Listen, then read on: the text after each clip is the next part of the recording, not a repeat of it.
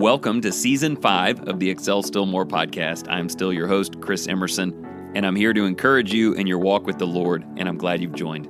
The program continues to be sponsored by Cunningham Financial Group. John is a good friend, and he's helped me and my family in everything from stock and mutual fund investing to annuities, life insurance, and retirement planning. I certainly commend him to you. If you have needs in any of those areas, you can reach him at 205-326-7364. Thank you again for your ongoing encouragement and support.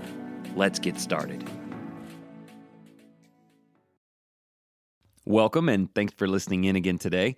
Quick note on last week's episode where we started a series on house rules. The feedback on that was really good and encouraging. So I'm totally all in to go through that book with you in the 6-part series. I'll be mixing those episodes in on and off throughout the winter.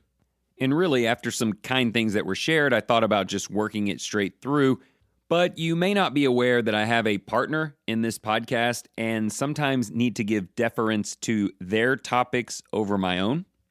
Okay, that probably sounded a lot more official than I meant it to. I'm talking about Sommer, my wife. We will have been married 26 years coming up in just 2 weeks. And she is a huge part of this program. You never hear her voice, but you very often hear her thoughts. And every once in a while, an idea will stick for her. And she knows me. She can't just tell me one time, that won't work. She has to tell me over and over again until it becomes almost like my own idea or something. And today's title and content represents one of those concepts. Each morning before the kids get up, we just get to sit together and drink coffee and talk. And then most evenings, we get to go out and walk a mile together and just sort of recap the day. And for a couple of weeks now, she's been consistently bringing up this old Mercy Me song, Slow Fade. I'd done a couple of sermons on it before, and she just thought that it was something that people needed to hear. She kind of has this unbelievable sense for when it's time to share something, as if there's some person out there that precisely needs that thing, and she just has this intuition when the timing is right. And so for the first half of today's episode, I will be sharing with you a lot of the things that she and I have been talking about.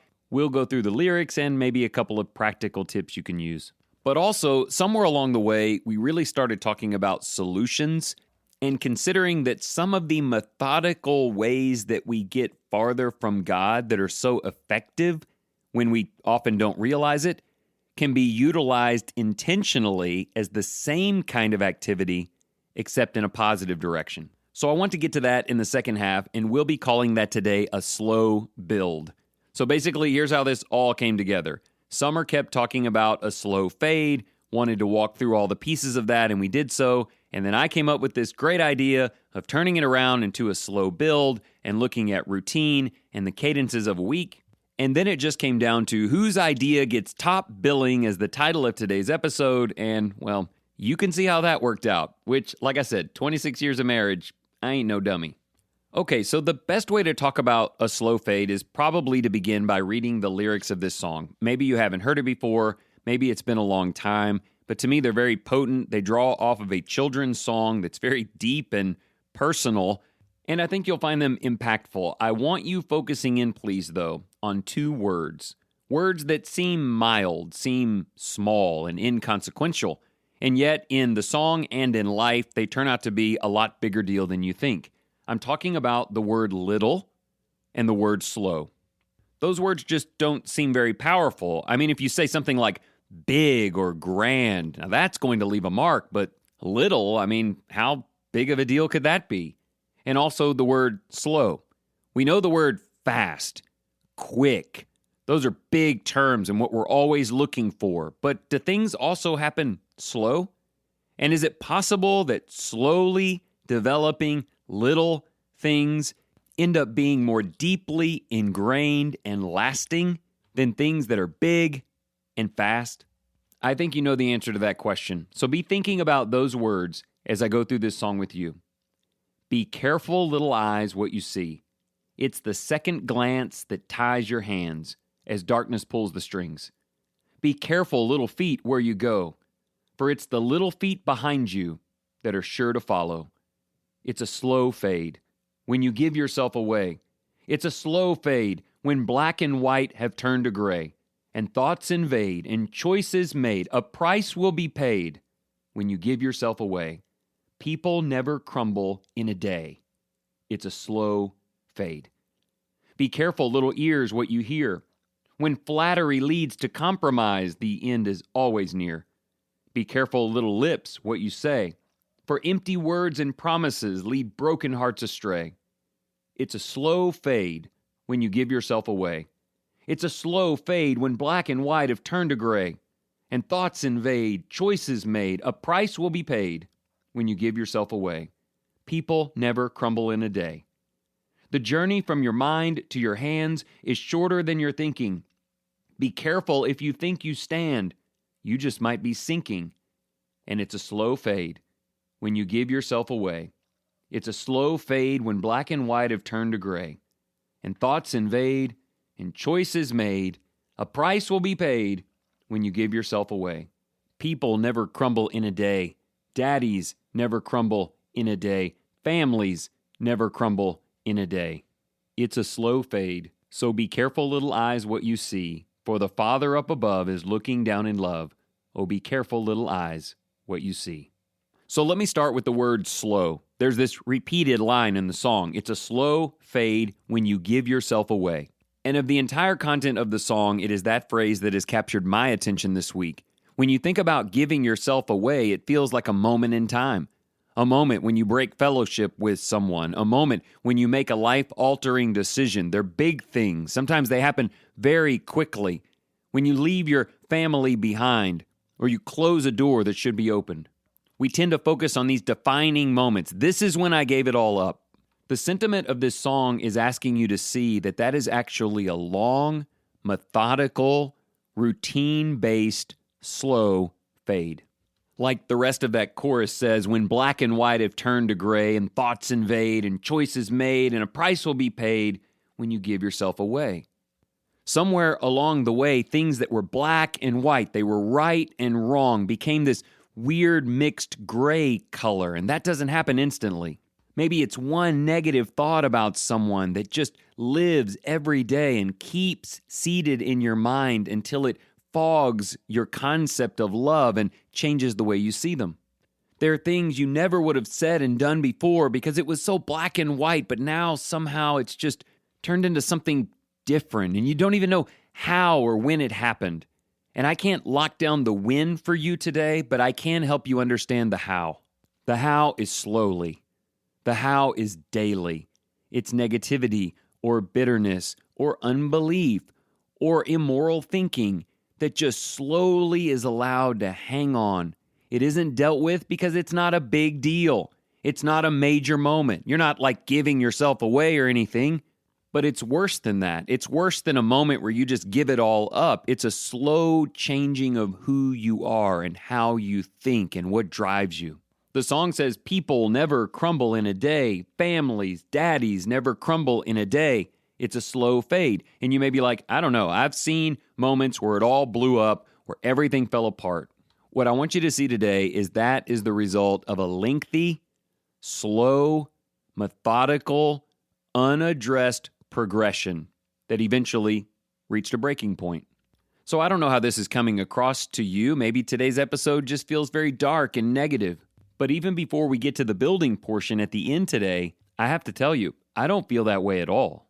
That if things spin off in my life and I run away from all that is good, it is not something that's going to sneak up on me and hit me over the head. I will have to work for it.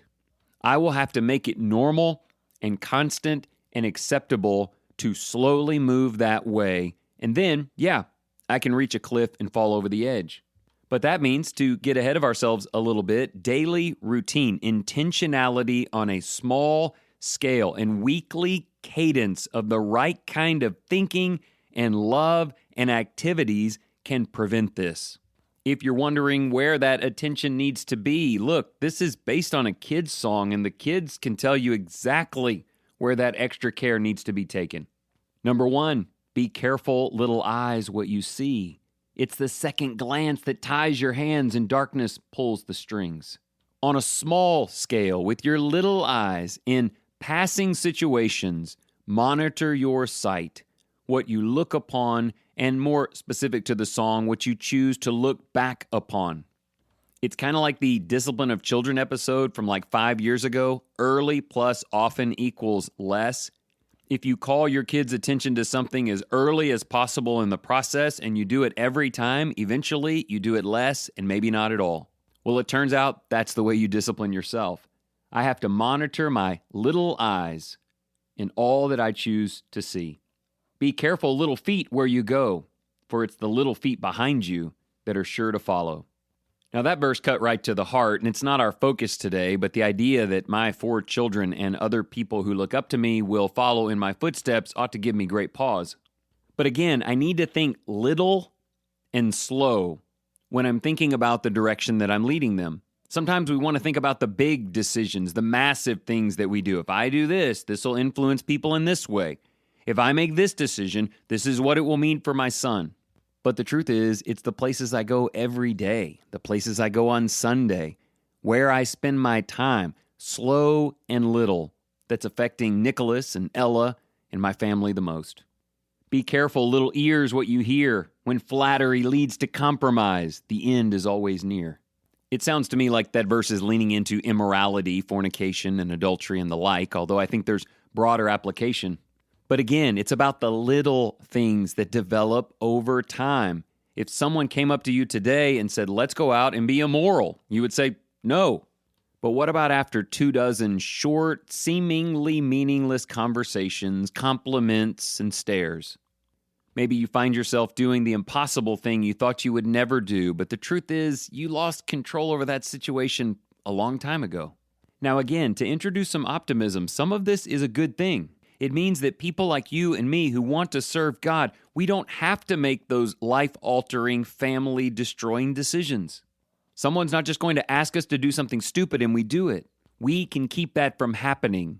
But it's daily choices over a long distance, smaller, seemingly inconsequential decisions that are actually massive builders.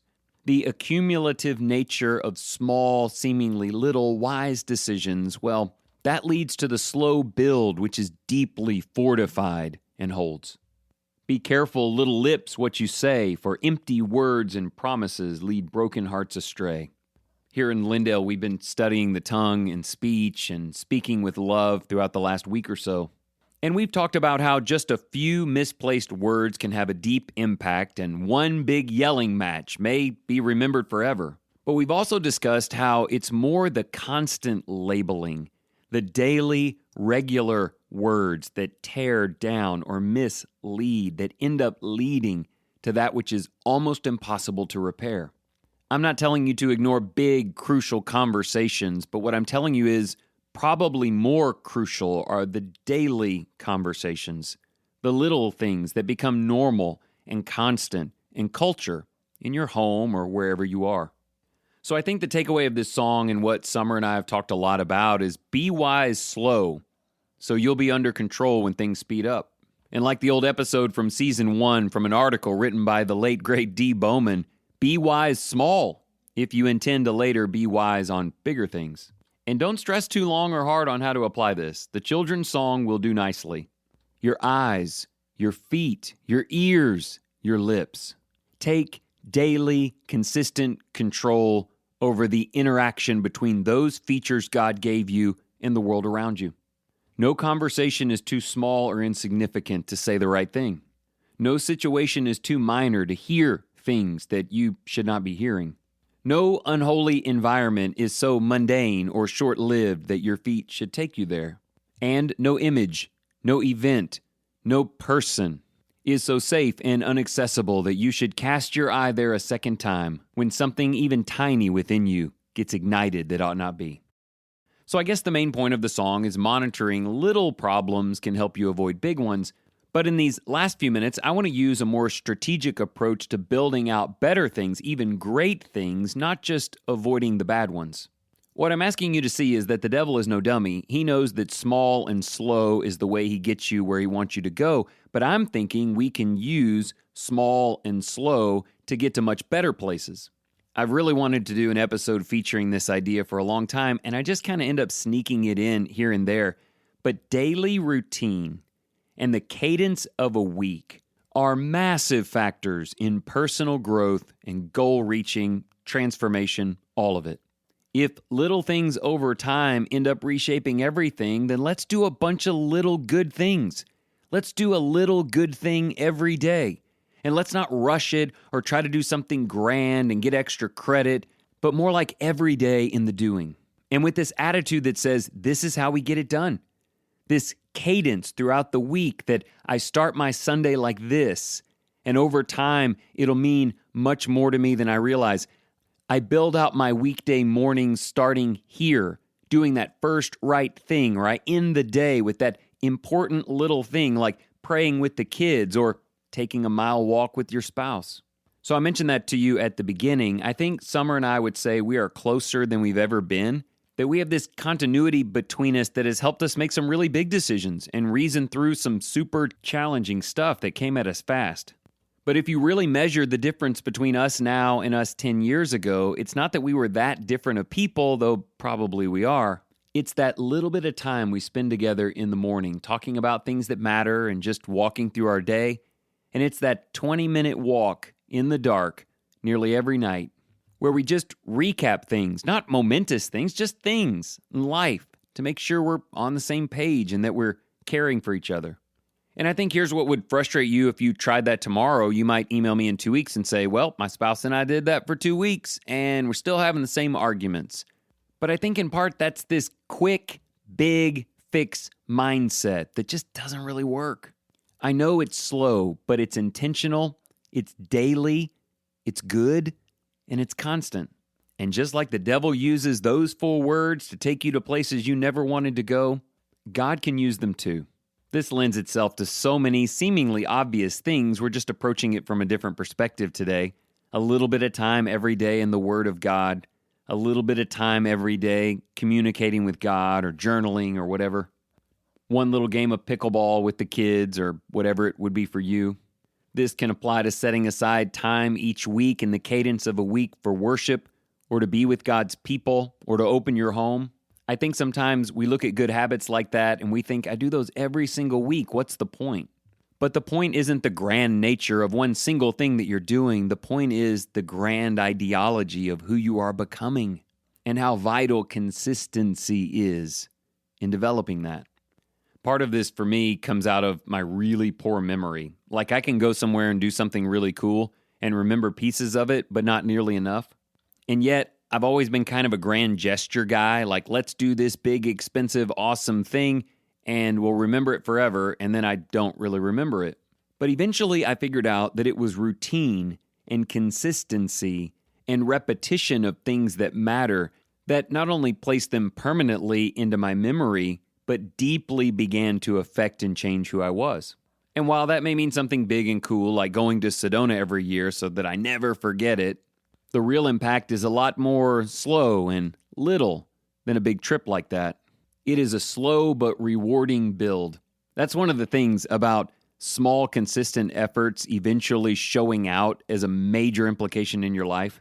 You tend to be super proud of it, all in with it, and more protective of it. Because the reality of life, even the big, fast lane of life you and I live in, is that things that take longer to develop are built on a better foundation. Well, maybe I should say they're built on a more firm foundation, because it may not be a good one. Remember the first half of the episode? Where your little feet go over and over tends to determine your location, and that may not be good. Where your eyes tend to be drawn over and over again will shape the way that you behave. The things that you allow yourself to listen to, even a little bit at a time, will reprogram your mind. What gets to infiltrate you and direct you in tiny increments over weeks and months is very hard to eradicate. So be aware of how the devil is working in your life, but I'm telling you, let's turn this thing on its head. Let's employ those same powerful tactics in wonderful directions. So I hope you can mix both points together today, but if you can't, you can spend a few minutes on the point that I favored, the slow build. But please make sure you don't overlook the incredibly important point that Sommer wanted me to share. People never crumble in a day. It's a slow fade.